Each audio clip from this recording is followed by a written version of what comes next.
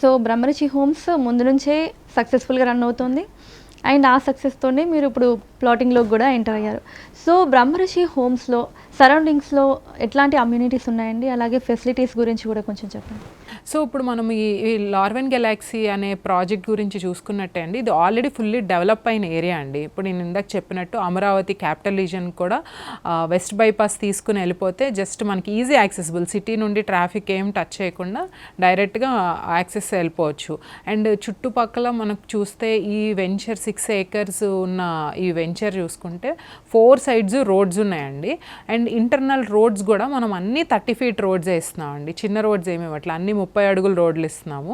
And మొత్తం అంతా residential zone అండి. ఎటు నుండి చెట్టు చూసుకున్నా మనం maximum of span bus stand కానీ రైల్వే స్టేషన్ కానీ అన్నీ less than 15 to 18 minutesలో మనం రీచ్ అయిపోతామండి. సో దీనికి అంతా విఎంసీ అంతా కంట్రోల్లో ఉంది, పార్క్స్ అవన్నీ కూడా మనకి చుట్టుపక్కల ఉన్నాయండి. ఎస్, బ్రహ్మరిషి హోమ్స్లో మీరు 3 మోడల్ నేమ్స్ చెప్పారు కదా, పారం హైట్స్. ఎస్, సో దాని గురించి మళ్ళీ ఒకసారి. సో బ్రహ్మరిషిలో ఆల్రెడీ ఇంకా ఈ వెంచర్ ప్రాజెక్ట్ కాకుండా అండి మనకి ఇంకా ఆల్రెడీ రెసిడెన్షియల్ ప్రాజెక్ట్స్ కూడా ఆన్గోయింగ్ ప్రాజెక్ట్స్ నడుస్తున్నాయి. సో అవి వచ్చేసరికి అందులో 2 ప్రాజెక్ట్స్ వచ్చేసరికి కేసరపల్లిలో చేస్తున్నామండి. కేసరపల్లిలో జస్ట్ ఆ 2 ప్రాజెక్ట్స్ హైవేకి 1 kilometer అండి, ఎయిర్పోర్ట్కి జస్ట్ 5 minutes.